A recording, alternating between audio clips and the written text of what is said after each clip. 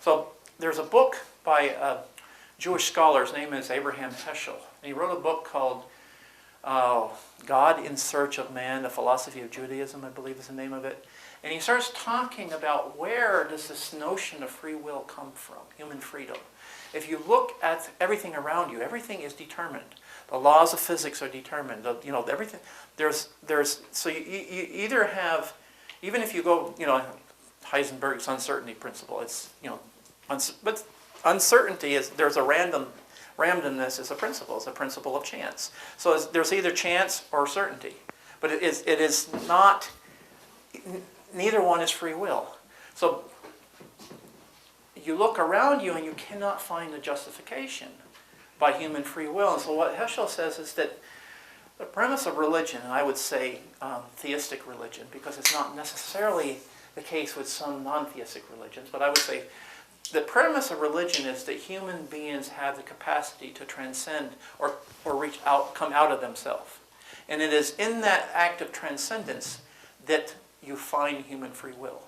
So it is in the ability of the human being to relate to a transcendent God where that human beings are able to escape the laws of determinism and fatalism that rule the cosmos and the physical creation.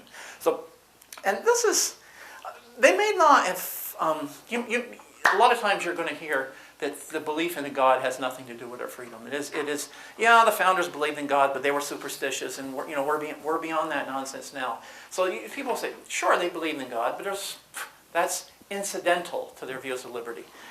No, it's not. It's very.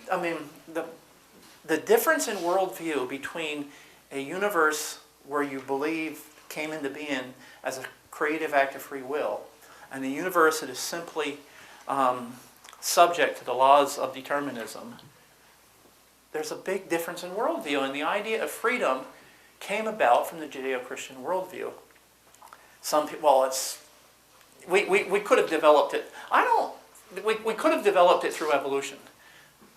Don't really see how you come up with free will by simply going according to the laws of the physical sciences. Now, a lot of people say, well, okay, that was a pagan view. That was a long time ago. What does that have to do with now? That's so what? The pagans may believe that. Well, actually, the implications of their view, that there's no distinction between man and nature, is very important for us to look at because the modern scientific worldview is very eerily similar to that. If you deny the reality of a transcendent existence, and in matter and motion is all there is, in essence, you are setting up a worldview that is very similar in terms of the relationship between man and nature. It doesn't worship the creation necessarily, but unless you're into Gaia worship and these Gaia, the Earth goddess, and a lot of environmentalist movements today pick up on some of this, but even the ones who don't pick up on this, the ones, okay, we're strictly going by scientific rationalism and the scientific worldview. We're going to get rid of these, superstitions that have been clouding man's mind for God knows how long. And their argument is that through this enlightened view, we have freedom. We need to get rid of these religious superstitions if we're going to have freedom. Well, let's take a look at some of the quotes of some prominent scientists and how they see things. There's a famous anthropologist. His name was Alfred Kruber. And this is a quote. Man, to every anthropologist, is an animal in a given world of nature. That and nothing more. Not an animal with a soul or a destiny or anything else attached beforehand, but an animal to be compared with as to the structure and function with other animals. Now, M. Stanton Evans, he's an author, he wrote this book called The Theme is Freedom. And he was quoting this gentleman in there, and he was saying, okay, if we are no different than anything else in creation, then why do we treat ourselves differently? Why do we insist upon human rights? Why do we insist upon human dignity? Why not survival of the fittest, kill or be killed, the law of the jungle? We insist upon human rights, human dignity. You don't see a court of law in the animal world where one animal is going to try the other for a violation of their rights. It doesn't exist.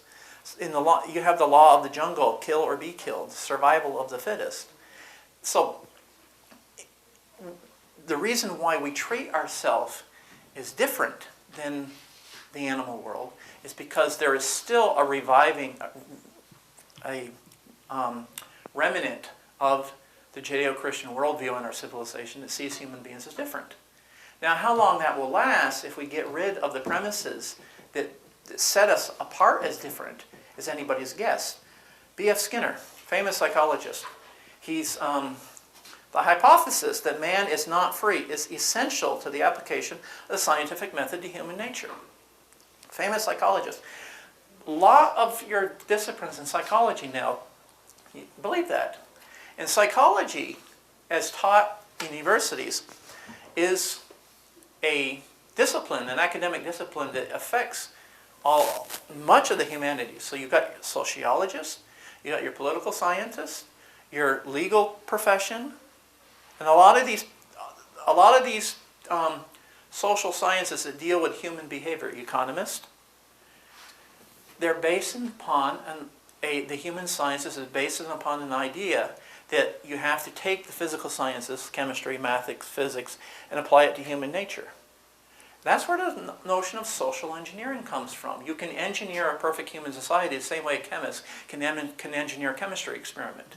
And it works fine for my background is in engineering, my minor in mathematics, and Dick's an engineer, I'll tell you.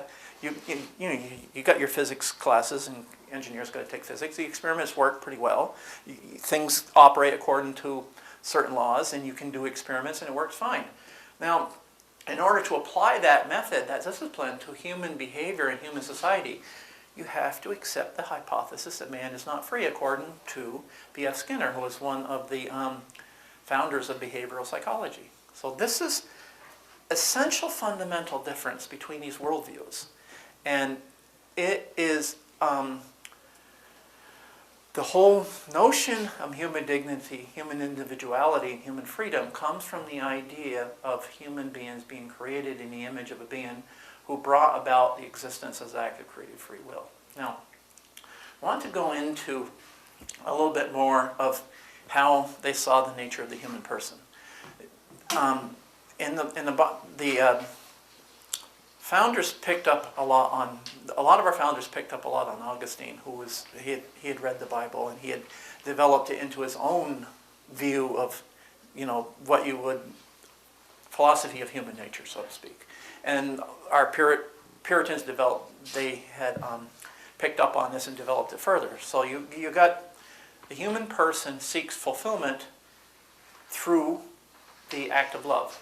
And so you start with the Genesis account of God taking the dust, blowing Ruah, spirit, into it, and human beings become a living soul. So we have an aspect of our nature that is related intimately to God, to the Spirit of God, which is blown into it. So there is a dimension of human existence that relates to the transcendent, so that human beings seek fulfillment in relating to that dimension. We are incomplete until we find completeness in a relationship with our Creator, this transcendence, this ability to transcend, which is where we find freedom, but it's also where we find fulfillment and completeness and purpose and and answer to our destiny. And what enables us to make that connection is the act of love. Love is the power that enables an individual to transcend themselves and to relate to another. And this is, because we find our fulfillment in this, then the act of selfishness, to withdraw within oneself, actually is just the opposite. It leads to misery and self-contraction. And this is the key to the paradox. In the Gospels, Christ says this paradox: he who seeks to gain his life shall lose it, and he who seeks to lose his life shall gain it. Now, the act of self-giving, the act of self-sacrifice, there's no greater love than he who lays down his life for a fellow man.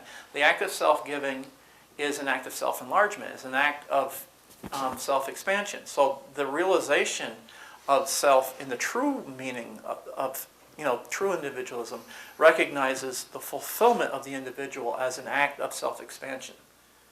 And this is a crucial point in our understanding of the individual seeks fulfillment because we're incomplete in an act of an expansion that is accompanied by love.